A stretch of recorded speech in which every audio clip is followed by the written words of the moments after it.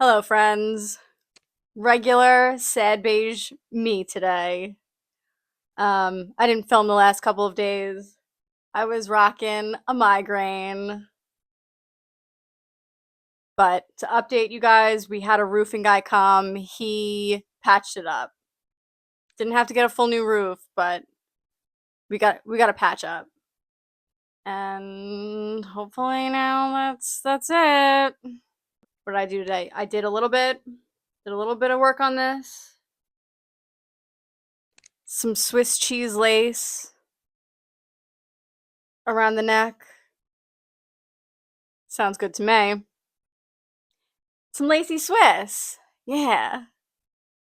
What else? I did a set of nails today. I have to get new stuff in the shop, but I desperately need to restock my tips, which I hate doing.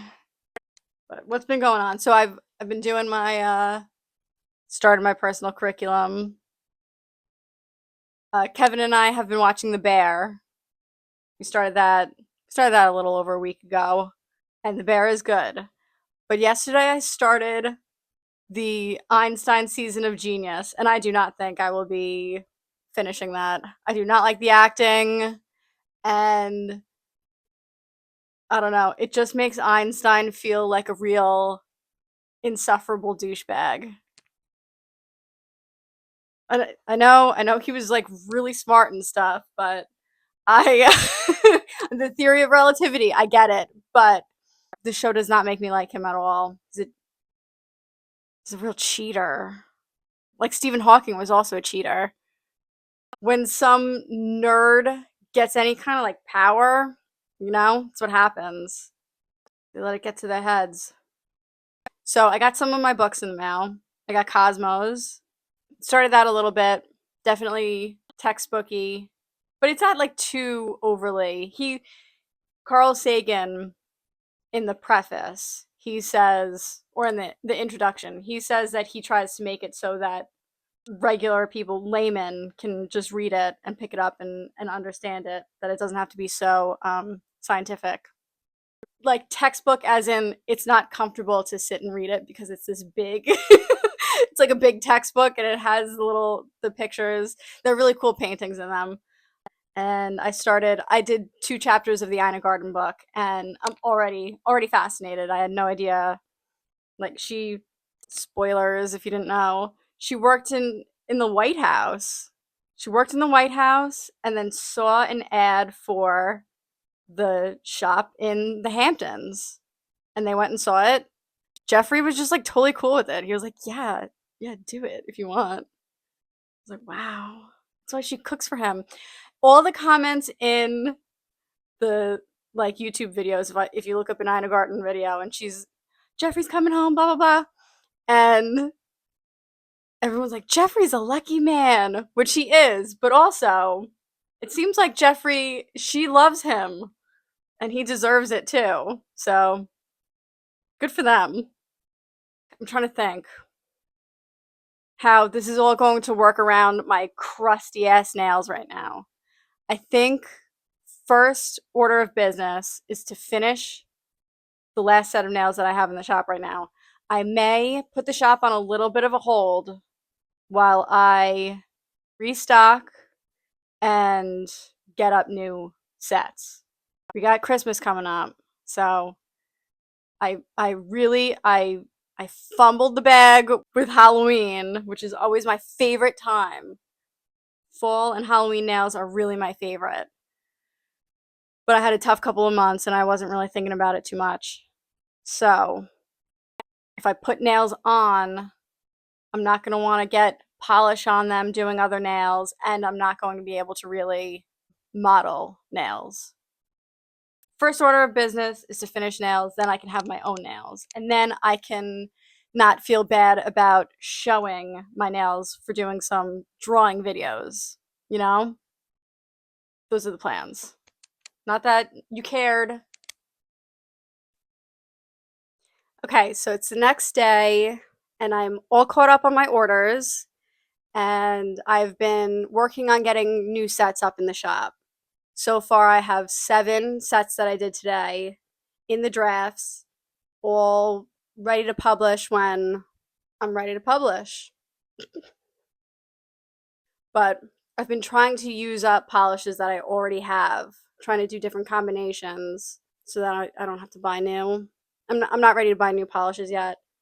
I haven't been like blown away by anything that I've seen that I'm like, oh, I gotta get that. Not yet. Also, the last time I bought, I wasn't happy with them, so trying to use up the ones that I know I really like. So I'm trying to put them up in waves. Sometimes, like, I get into a habit of coming up with a bunch of new sets, and then I have like 20 something that I have to photograph and edit and put up. So today I only did 7. We're doing manageable little, doing it in waves. But anyway, we're also today we're gonna try out a different chicken cutlet technique. I saw online this woman named Rita. Somebody referred to her as they saw some woman online, and someone in the comments went, "You mean Rita?"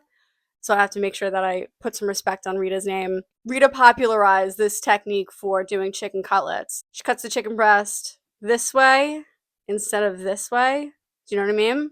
So Rita says that when you do them this way, they stay tender. So I want to be able to prep a bunch of chicken cutlets, but as she says, they're like frisbees when they're left over.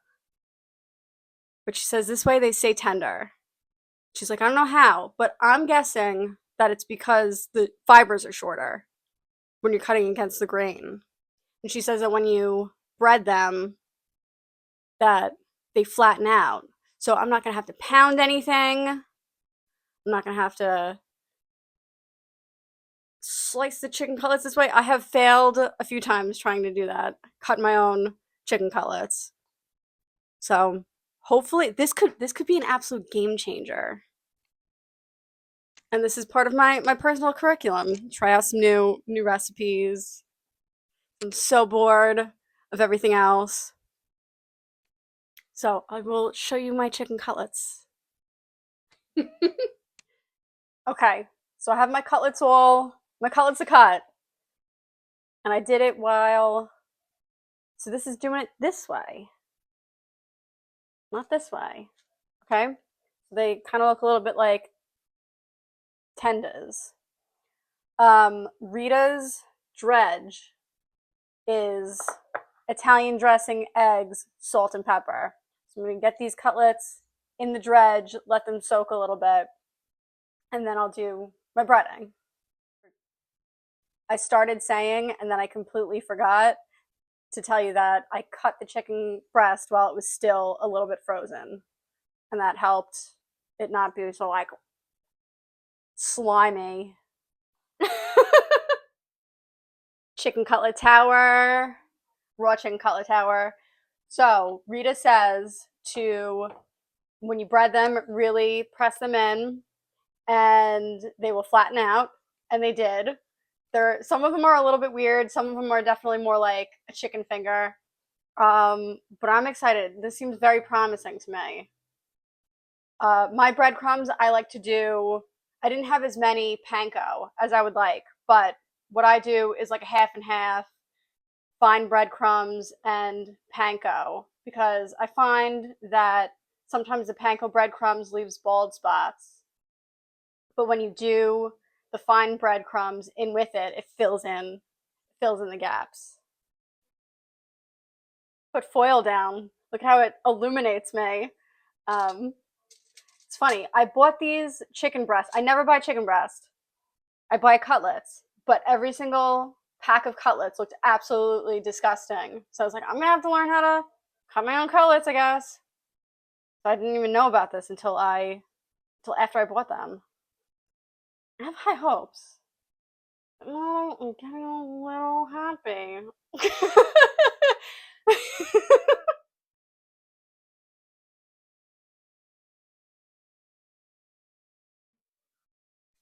One time I was at the beach and I saw a seagull swallow a whole chicken finger. Slaps. Straight, straight gas, as my mom would say.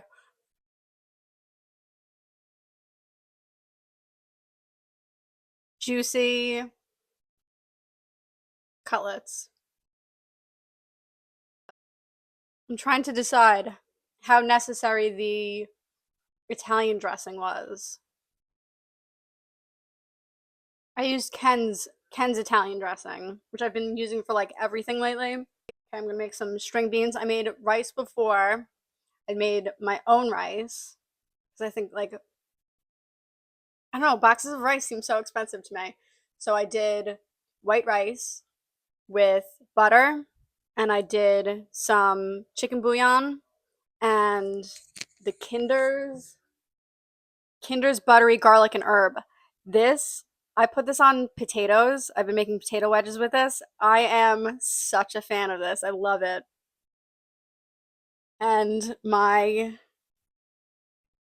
rice came out like rice-a-roni. I could definitely go lighter on the bouillon next time though. The bouillon. Okay, I'll be back.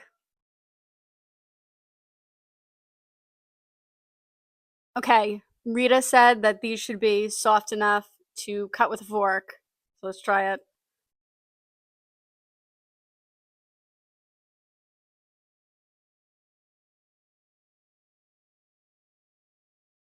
Technically, yes, but